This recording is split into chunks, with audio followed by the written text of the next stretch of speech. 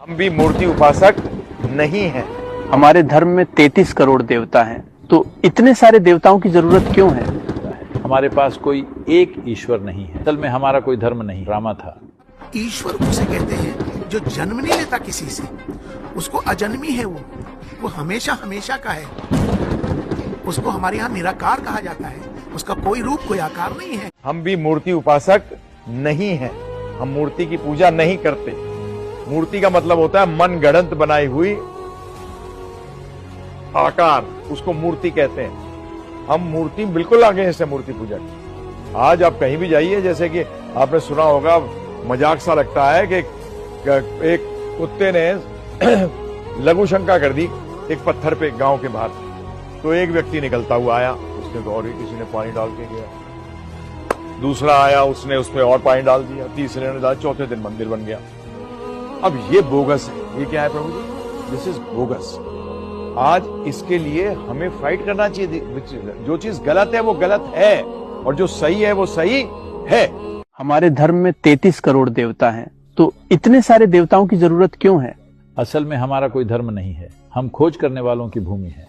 यहाँ कई तरह की आध्यात्मिक प्रक्रियाएं हैं। हर कोई अपने तरीके से खोज सकता है। हमारे पास कोई एक ईश्वर नहीं है। जिन लोगों की आप पूजा करते हैं, आपके शिव, आपके राम, आपके कृष्ण, वो कभी इस धरती पर मौजूद थे। वो जीवित थे, उनका परिवार था, उनके बच्चे थे, उन्होंने युद्ध लड़े, और उनके जीवन में आपसे कहीं ज्यादा ड्रामा था।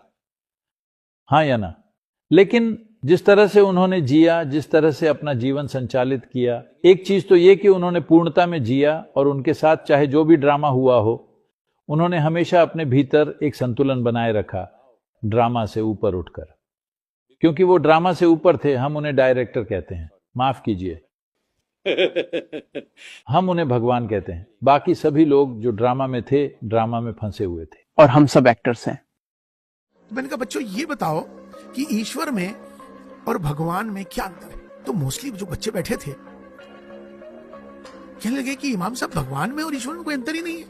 लेकिन थोड़ी देर के बाद उनमें से एक बच्चा उठता है। तो मैंने कहा अपना परिचय कराओ बेटा।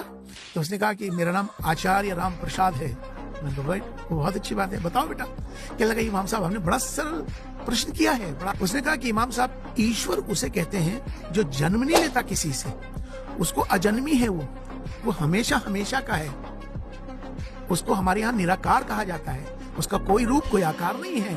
और भगवान अवतार होता है। भगवान जो ईश्वर का भेजा हुआ दूत होता है, उसे तो भगवान कह सकते हैं। लेकिन ईश्वर तो एक ही है, वो निराकार है। तो मुझे उस बच्चे की बात इतनी अच्छी लगी, क्योंकि हमारे यहाँ भी इस्लाम में यही माना जाता है